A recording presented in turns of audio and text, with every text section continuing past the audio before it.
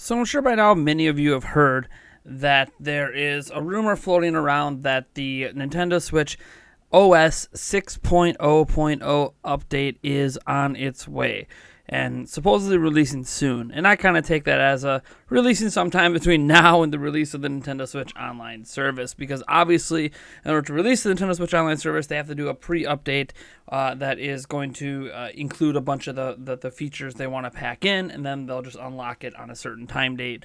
The thing with this, though, is that, well, obviously this update's coming, just like there's going to be a 7.0 update, and probably an 8.0 and a 9.0 and a 10.0, etc. someday.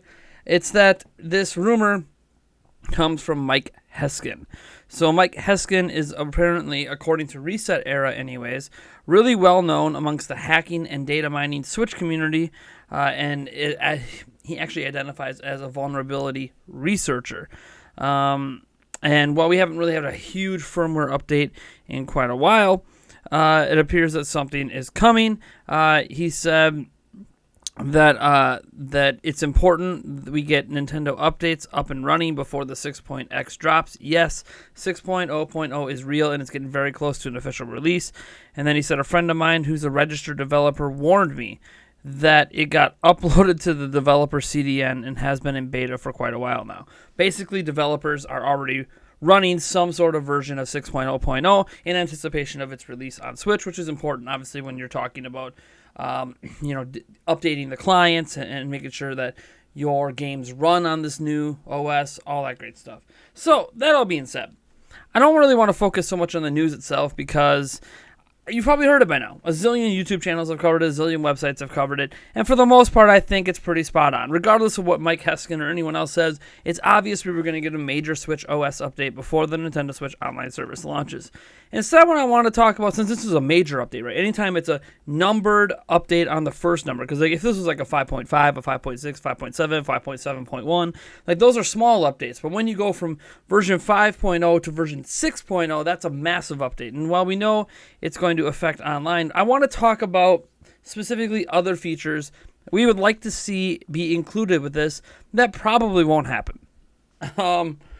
I'll give you an example, and I'm giving full credit to the Reset Era thread for a lot of these ideas. I'm going to put a link down in the description.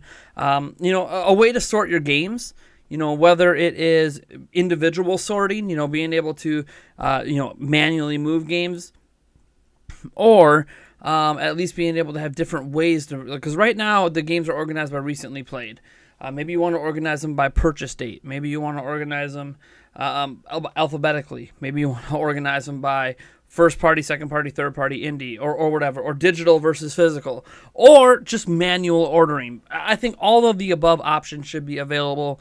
I don't mind recently play being the default option, but then having additional options I think are important. Obviously, I would also like to see, just out of nowhere, them drop the ability to do local backup saves. I think that's a highly important thing. We know we're getting cloud saving, but cloud saving, not for nothing, is not as important to me as local backup saves. Not because I'm going to use local backups very often, but as Nintendo said themselves, most games will use the Nintendo Switch Online Cloud. Most. That means there are some games that cannot have their save files back up to the cloud.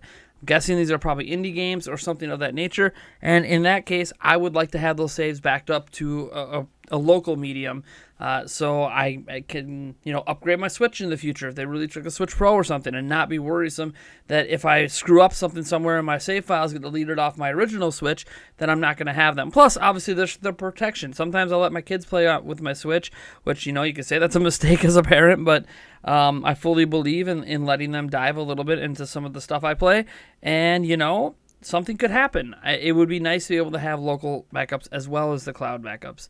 Both is better than just one or the other. More than that, personally, I would like to see some sort of music player. This is just a general want. I like having, I realized recently while I've been playing a bit more PC games of late, with Madden 19 on PC and the World of Warcraft expansion on PC, that I've been enjoying the fact that I play music in the background. And I know you can do this on PlayStation 4 and Xbox One at times.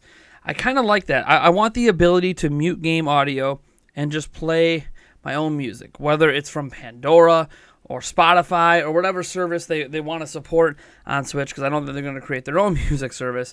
I think that would be great. Google Play, whatever they want to do. I know that all requires subscriptions. Beyond, Pandora does not, but I know the other ones require subscriptions, and that's fine. But it would just be cool to have it as an option. I don't know if a lot of people would take advantage of it, but I think it's just really a cool thing that I think there's enough going on with Switch to do it in the background, especially if the 4 cores of the CPU, remember, there's like 2 CPUs in there, right? One of the CPUs isn't running at all. If they could somehow run that and not have the Switch overheat and then run a lot of the stuff they need to run for a music player on that would be great. I don't know. I'm not sure if there's enough resources to pull it off, but I would like to see the ability to play music in the background. That being said, there are some other things that I feel are not essential but highly desired. Something like an achievement system or trophies or whatever they want to call it. If they want to call it stars, if they want to call it coins, I don't know what they want to call it. Something Nintendo themed. Maybe they call it mushrooms. Beats the heck out of me, but I could see them maybe implementing this eventually. They kind of sort of have achievements already in My Nintendo. A lot of people aren't aware of what those achievements are. A lot of them don't even apply to Switch games. It's kind of ridiculous. I want to... speaking of My Nintendo and achievements, why don't we have local My Nintendo integration on the Switch itself? That, to me, is something that is quintessential. So we can spend our gold coins on the system, but we can't access our My Nintendo stuff on the system. It makes no sense to me. They should enable that some way. I also want to see them take voice chat off of the app and still enable you to do voice chat through the app, but also let you do it locally for all of the games that are also on the app. So the user can choose if they want to do it locally or if they want to do it over their phone. I think user choice is always better than no user choice. There's also the fact that a web browser, I think that's just a given at this point. There's already technically a web browser on the system. I will fully admit, having used it, that it's not necessarily ready for general public consumption. It is missing a lot of basic features, but of course it is, because it's not meant to be used by the public. It's something there for developers or just leftovers from the base operating system. So I would like to see them flesh that out and make that fully public and fully available, or even a new browser, if they don't want to use the one that's with the OS, because maybe they think it's too rudimentary. If they want to throw Chrome in there or something. I don't know how Chrome's going to handle on a Switch, but you know what I'm saying. Like, just some sort of web browser. A way to message people. Isn't it strange in 2018, almost 2019, that I can friend people on my Switch, but I have no way to actually contact that person through my Switch or through my phone? The only way to contact that person is to know them outside of the games. So say, and this is really prevalent as a YouTuber, I have a lot of you guys as friends on my Switch. So we could play games together, like Splatoon 2 and stuff like that. But I have no way to actually contact you directly to be like, hey, come play with me. I can't message you in game. I can't voice chat you in game unless I already have you in my group. It's just, it's very rudimentary, and they need to find a way to make that better, because I don't want to start handing out my phone number to everyone. That's not... No, I don't need fans calling me all over the night and potentially trying to triangulate my cell phone and find out where I am all the time. It's just not something I even want to even have to worry about. Those are just kind of the basics. I know some people are going to say, oh, you didn't mention themes. I don't really care if there's themes. There's a dark theme and a light theme. I don't really need anything else. I love the simplicity of the OS. I know it's easy to say, we want better curation or better management of the Switch eShop to make it easier to find content. It's like, there's no perfect system for that. I mean, even Netflix, with the amount of content it has a problem trying to get all that content in front of you. Unless it's its own in-house shows, which of course they're going to put front and center. You really aren't always knowing everything that's coming to Netflix all the time. And that's just the way it is. It's just an issue that anything has. I mean, this is an issue, if you think back to the day, to movie rental shops, right?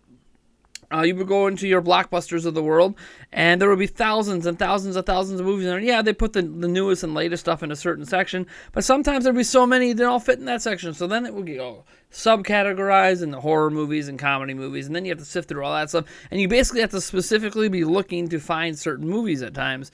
And that's the same issue that happens with these web stores. There's only so much space, only so much stuff they can put on your screen at one time, and it's going to be difficult to find things at times. And there was a recent developer who complained about the visibility of their game on the Switch eShop. It's like, what do you expect Nintendo to do? You got the same visibility on that Switch eShop as basically every game that releases on the Switch eShop, yet other games are being successful, and your game wasn't.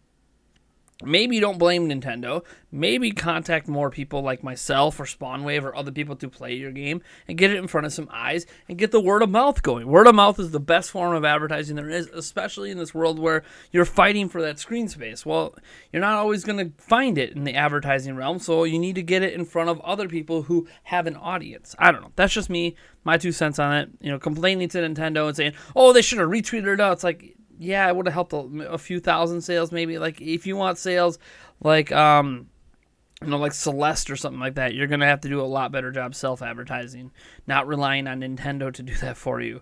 That being said, I kind of like where the direction of the news app right now. I don't really have any suggested improvements for it. I like how it works, so you can select different categories and different things you want to show up. I don't use it a whole lot, so it's not something I have big suggestions for that would make me use it more often. Maybe Nintendo including all of their YouTube videos, in there at some point to be able to play. I think maybe adding a streaming service. But again, we're all talking about these things that are probably not going to happen. Everything I just talked about is so highly unlikely to happen that I don't know if it's even worth talking about, but I think at times we need to bring this stuff to the forefront as we're looking and staring down the barrel of a massive update to Switch with a paid online service launching, that we actually talk about the things we do want instead of complaining about the things that the service isn't providing. Like when we just talk about, oh, it's not we're paying for the service because of this. Like, let's just talk about what we want in general, regardless of a paid service. And let's focus on, at least letting Nintendo know that we kind of want this stuff. I don't know if it's going to change anything, but sometimes companies eventually listen, and it might be too little too late when they finally do. But you know what? It's better than nothing. I hope Nintendo's listening. I hope the 6.0 update is more than just what we already know about the Nintendo Switch Online service. Anyways, folks, I'm Nathaniel Rufflechance from Nintendo Prime, and if you like this video, you know what to do. And if you dislike the video, hit that dislike button, subscribe for more content, and I will catch you in the next one.